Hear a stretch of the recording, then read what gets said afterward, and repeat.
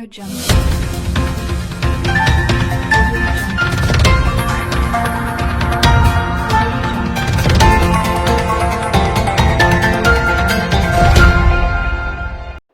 देख रहे हैं आपकी खबर और फोर्थ विजन न्यूज़। मैं हूं पदम सिंह पारस। आज भारतीय जनता पार्टी केंद्र में एक साल पूरा करने के उपलक्ष्य में और खुशियां मनाने जा रही है और अपना एक जश्न की तैयारी कर रही है। उसी जश्न के साथ साथ हमारी बुराड़ी विधानसभा से 2 बार पार्षद रहे गुलाब सिंह राठौर को एक प्रधानमंत्री जन कल्याणकारी योजना के प्रचार प्रसार अभियान का प्रदेश अध्यक्ष बनाया। तो बात करते हैं गुलाब सिंह राठौर जी से, जन कल्याणकारी प्रधानमंत्री जी जो योजना है उनके बारे में बात करते हैं विशेष रूप से। गुलाब सिंह जी, आपको सबसे पहले बहुत बहुत बधाई प्रदेश अध्यक्ष बनाने के लिए। धन्यवाद। और बड़ी खुशी हुई कि वो पूरे लोकसभा और विधानसभा के इलेक्शन में आपने पूरी जी जान से साथ दिया और सपोर्ट किया, और आज लगता है उसी मेहनत का फल आपको एक प्रदेश अध्यक्ष बना कर दिया है। तो अभी जो प्रधानमंत्री जी की जो जन कल्याणकारी योजना है, उन योजनाओं पर कुछ विस्तार डालिए। किस तरह की योजनाएं रहेंगी और कैसे प्रचार प्रसार अभियान को आप चलाएंगे? सबसे पहले मैं आपको और आपके चैनल का बहुत बहुत धन्यवाद करूंगा कि आपने चिंता की और विषय को आगे बढ़ाने के लिए जो प्रयास किया, बहुत बहुत धन्यवाद आपका। दूसरा, मैं प्रधानमंत्री जन कल्याणकारी योजना प्रचार प्रसार अभियान के राष्ट्रीय अध्यक्ष पुष्पेश आर्य जी का दिल से धन्यवाद करूंगा और हमारे प्रभारी विनोद कुमार झा जी को कि उन्होंने मुझ पर विश्वास किया और मुझे ये जिम्मेवारी दी। इस संगठन का जो संरक्षण कर रहे हैं रेल राज्य मंत्री आदरणीय सुरेश आंगड़ी साहब, आदरणीय श्याम जाजू साहब, उनका भी दिल से धन्यवाद कि उनका मार्गदर्शन और आशीर्वाद मुझे प्राप्त हो रहा है। प्रधानमंत्री जन कल्याणकारी योजना प्रचार प्रसार अभियान इस संगठन का सबसे बड़ा काम है कि जो प्रधानमंत्री जी द्वारा योजनाएं लागू की जाती हैं, जो केंद्र द्वारा योजनाएं लगाई जाती हैं, वो प्रदेश में क्या प्रदेश सरकारें लागू कर रही हैं नहीं कर रही हैं, और उसको ध्यान देना। क्या वो योजनाएं लागू होनी चाहिए और फिर भी नहीं अगर लागू हो रही हैं तो उस पर ध्यान देना और उस पर काम करना। जो योजनाएं लागू हैं लेकिन वो जनता तक नहीं पहुंच पा रही हैं, वो कहीं ना कहीं बीच में अनभिज्ञता के कारण, अज्ञानता के कारण या जानकारी पूर्ण ना होने के कारण वो रह जाती हैं। कुछ लोग उसका लाभ ले पाते हैं लेकिन वास्तव में जिनको लाभ मिलना चाहिए उन लोगों को नहीं मिल पाता है।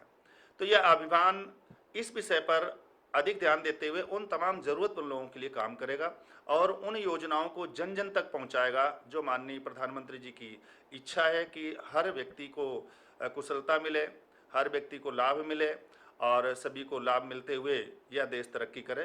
तो इस अभियान का यह मुख्य कार्य रहने वाला है। अच्छा, जब दूसरे प्रदेशों में जो भारतीय जनता पार्टी की प्रदेश सरकार है, उनका केंद्र में भाजपा की सरकार है, तो इस तरह से कुछ प्रदेश ऐसे हैं जहाँ दूसरी सरकार है, दूसरे दलों की सरकार है, तो क्या आपको लगता है कि उन योजनाओं का वो सामंजस्य बिठा के काम कर पाते हैं, या ऐसा दिल्ली में ऐसा देख रहे हैं आप, कुछ अंतर देख रहे हैं?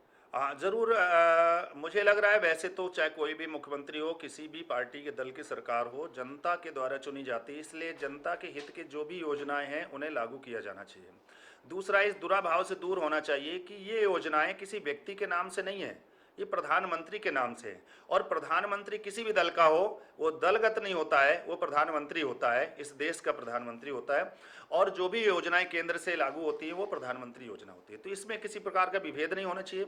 जो जनहित के योजनाएं हैं उन्हें सरकारों द्वारा लागू किया जाना है। फिर भी कुछ सरकारें हैं, कुछ दल हैं, मैं दिल्ली की बात करूं, मैं दिल्ली का अध्यक्ष होने के नाते, अब जैसे दिल्ली में उज्ज्वला योजना जिसको दिल्ली सरकार ने लागू नहीं किया, मैं जानना चाहता हूं कि क्या यहाँ पर गरीब लोग नहीं है, क्या उन्हें गैस सिलेंडर नहीं मिलना चाहिए, क्या उनको भी इस चीज़ की आवश्यकता है। फसल बीमा योजना, यहाँ भी अभी भी आप देखेंगे दिल्ली में कि आप आउटर चले जाएं, पश्चिमी दिल्ली चले जाएं, नरेला से आगे चले जाएं, बख्तावर पुरबराड़ी से आगे जाएं, ये सारा एरिया आज भी वहाँ पर किसान हैं और फसल पैदा करते हैं, तो उनकी भी फसल का लॉस होता होगा, नुकसान होता, तो उनको बीमा क्यों नहीं मिलना चाहिए।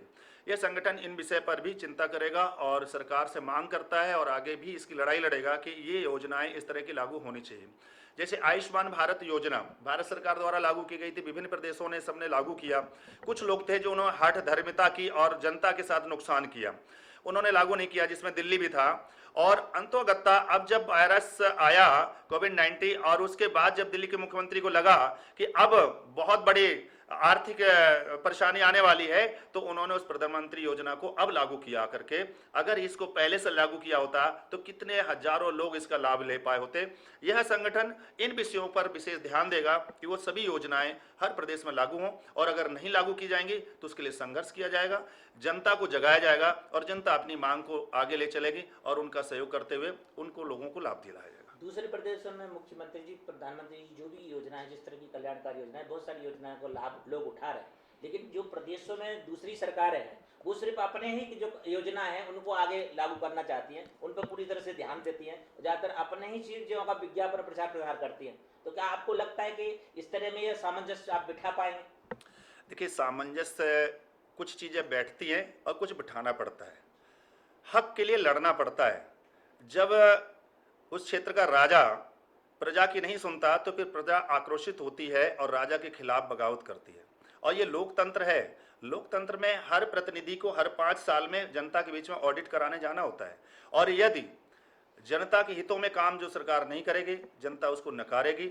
हाँ, उसको जागरूक करना है जनता को, क्योंकि आजकल लोग केवल सोशल मीडिया और टेलीविजन पे बैठ करके केवल भाषणबाजी करते हैं। जैसे दिल्ली में बताया गया कि 10 लाख परिवारों को हम भोजन दे रहे हैं इस व्यवस्था में, लेकिन लोग अगर भोजन मिल रहा था तो लोग पलायन क्यों किए दिल्ली से, क्यों उनको जाना पड़ा।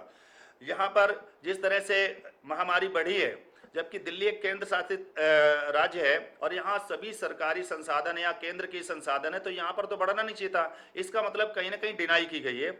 इन विषयों को लेकर के जनता को जगाना है, और यह संगठन जमीनी स्तर पर अपने व्यवस्था को तैयार करता हुआ गली गली घर घर जाकर उसको जगाएगा। जैसे दिल्ली सरकार ने पीछे घोषणा की थी कि हम घरों में राशन प्रोवाइड कराएंगे, घर घर जा करके, लेकिन अभी देखने में जब आया कि लोगों को जब जरूरत पड़ी राशन का तो उन्हें लाइन लगानी पड़ रही स्कूलों में, और वहां भी उन्हें पर्याप्त मात्रा में राशन नहीं मिल रहा है।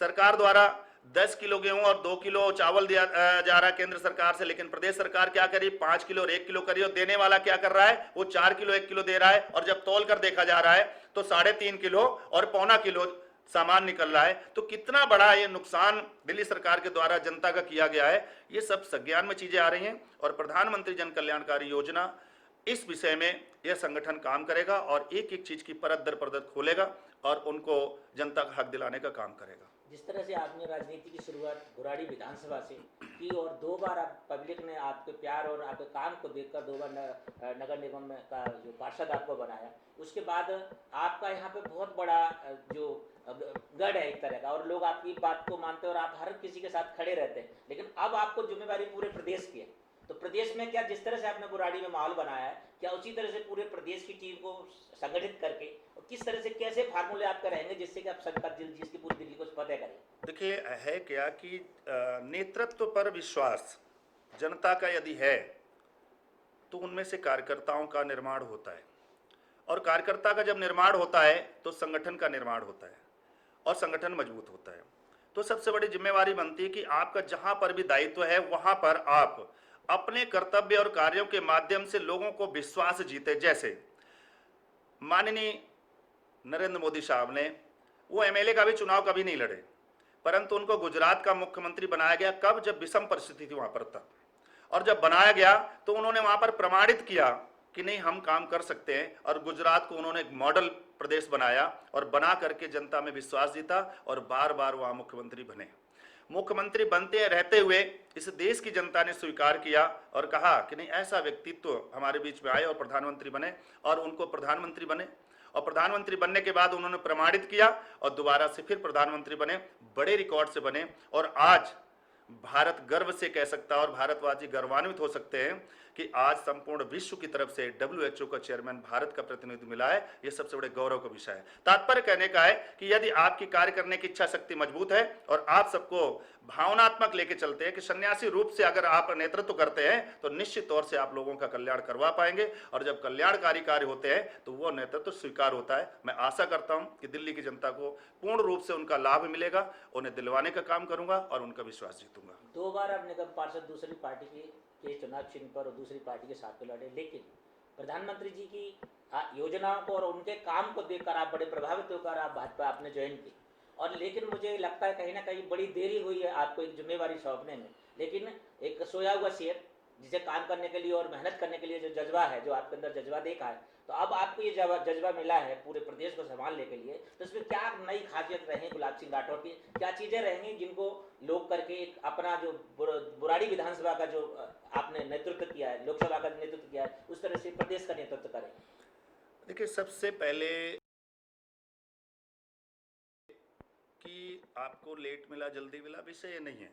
कहते जब जागो तब सवेरा, और आप जाग गए, आप चल पड़े, मंजिल आपकी तरफ बढ़नी शुरू हो जाती है और मंजिल के करीब आप जाना शुरू हो जाते हैं। इसका काम किस तरह से होगा, मैं थोड़ा सा एग्जांपल आपको दिखाता हूँ। मैं बैठे बैठे अभी ये काम कर रहा था, आप आ गए हमारे पास।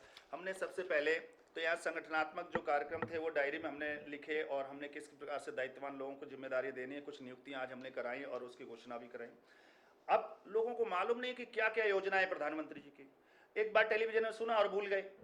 समय नहीं लोगों के पास, क्योंकि जिनको जरूरत है उनके पास समय नहीं है, और जिनके पास समय है उनको उस लेवल की जरूरत नहीं है, और है तो उनका बड़े हाई लेवल पे काम हो जाता है। तो वास्तव में जरूरतमंद और जो नीडी गरीब तबके का आदमी है उसको लाभ मिले, उसके लिए जैसे कि हमने ये देखे निकाला, हमने इसको सर्च किया और योजनाओं को निकाला। क्या क्या योजनाएं, प्रधानमंत्री फसल बीमा योजना, रोजगार प्रोत्साहन योजना, प्रधानमंत्री कौशल विकास योजना, किसान सम्मान निधि योजना, प्रधानमंत्री वय वंदना योजना। यानी इस प्रकार से इस योजनाओं को पहले कलेक्ट करके निकालना, फिर इसके बाद इन योजनाओं को किस प्रकार से लोग लाभ ले पाएंगे, उनमें किन किन चीज़ों की आवश्यकताएं होंगी, उनकी डिटेल्स निकालना कि ये इन चीज़ों की ज़रूरत पड़ेगी, ये डॉक्यूमेंट्स ज़रूरत पड़ेंगी। मान लीजिए सपोज करिए कि एक हमारे पास प्रधानमंत्री रोजगार योजना है। आवेदन करने वाले के लिए क्या चाहिए, उसकी 18 साल से 40 साल के बीच की उम्र होनी चाहिए। ये लोगों को बताना ये संगठन का काम रहेगा, लोगों को जगाएंगे, बताएंगे। आवेदक की कम से कम 8वीं क्लास पास हो, ताकि कम से कम वो समझ सके, हिसाब जोड़ सके, लिख सके। इसके साथ में आवेदक का स्थायी प्रमाण पत्र होना चाहिए वहाँ का। उसके पास में आधार कार्ड जैसे प्रमाण पत्र है, या जाति प्रमाण पत्र है, आय प्रमाण पत्र है, इस प्रकार की उसका मोबाइल नंबर है। ये सब चीज़ें लेकर के उन लोगों को मेरे संगठन, इस संगठन द्वारा उनके फॉर्म अपलोड कराना, उनको ऑनलाइन करवाना और उनकी बराबर मॉनिटरिंग करते हुए उन लोगों तक, घर तक उनकी योजनाओं का लाभ पहुंचाना। एक काम ये होगा, और दूसरा उनको जन जागरण करना। आज घर घर में एंड्रॉयड फोन है, अगर उनको हमने युवाओं को जागरूक कर दिया, महिलाओं को जागरूक कर दिया, तो वो खुद अपने आप उन चीज़ों में जानेंगे और वो ये देखेंगे कि जो प्रधानमंत्री जी की योजनाएं हैं वो सरकार प्रदेश की लागू कर रही कि नहीं कर रही। अगर नहीं कर रही होगी तो वो भी आगे इस लड़ाई में खड़े होंगे और वो लाभ उठा पाएंगे। आपको लगता है कि यहाँ पर कुछ योजना जो दूसरे प्रदेशों में सच में ही यहाँ दिल्ली सरकार उन योजनाओं को लोगों तक नहीं पहुँचा पाई और उनका लाभ यहाँ के लोग नहीं उठा पाए, लेकिन अब आपका अभियान शुरू हो गया है और पूरी तरह से आप उन चीज़ों को लागू कराएं? जी, अभी देखिए जैसे सुकन्या योजना है। सुकन्या योजना क्या है कि उन परिवारों के जिसके घर में बेटियां हैं, सरकार ने तय किया कि ऐसे 2 कन्याओं की शादी के लिए 50,000 रुपये का भारत सरकार उनको पैसा देगी। एक बेटी है तो 50,000, और अगर 2 हैं तो दूसरी शादी में 50,000। उसकी आयु 18 साल से ऊपर होनी चाहिए शादी के समय, और उसको 50,000 देगा। लेकिन क्या आम जनता को मालूम है क्या, क्योंकि 50,000 रुपये में उस परिवार की शादी होने में सहयोग अधिक मिलेगा जो वाकई में जमीनी स्तर का और गरीब आदमी है, और उस व्यक्ति को इन योजनाओं तक पता नहीं चल पाता। और जिन्हें ये मालूम है उनकी लाखों में शादियां होती, तो उनको इसका बहुत बड़ा फायदा नहीं होने वाला, लेकिन वो लोग भी इसका फायदा ले जाते हैं और वास्तविक जरूरतमंद को फायदा नहीं मिलता। तो हमारा क्या होगा कि हम प्रत्येक पूरी दिल्ली में सभी विधानसभाओं में इसका एक सेंटर ओपन करवाएंगे, और उस विधानसभा क्षेत्र के उन लोगों से, ऐसे जरूरतमंद लोगों को वहां पर एप्लीकेशन करवाएंगे, और उनको वहां से एप्लीकेशन करा के उनको ऑनलाइन सिस्टम से जोड़ करके उनको लाभ दिलाने का काम करेंगे। यह संगठन जमीन तक काम करेगा और हर किसी को लाभान्वित करवाएगा। गुलाब सिंह जी, आपकी खबर 4th विजन से बात करने के लिए बहुत बहुत धन्यवाद, और प्रधानमंत्री जी की जो योजना है उन पर प्रकाश डालने के लिए बहुत धन्यवाद। तो अब ये थे गुलाब सिंह राठौर, जिन्होंने अब पूरी तरह से मन बना लिया है कि दिल्ली में जो प्रधानमंत्री जी की योजना है जो अभी तक लागू नहीं है उन्हें पूरी तरह से लागू कराएंगे, और पूरी तरह जो जनता की स्वाभाविक जिनके जो जनता को उसका लाभ मिलना चाहिए उस लाभ को दिलाने के लिए पूरा प्रण कर चुके हैं। क्योंकि इन्होंने जितने यहाँ प्रोग्राम कराए हैं, चाहे बुराड़ी विधानसभा, लोकसभा में जिस तरह जिम्मेवारी निभाई है, और आज ये पूरी तरह प्रण कर रहे हैं कि मैं पूरी दिल्ली में उस अभियान को बढ़ा के दिखाऊंगा एक अच्छी टीम के साथ। तो रहिए ना बेखबर, देखते रहिए आपकी खबर। मिलते एक नई खबर के साथ बहुत जल्द।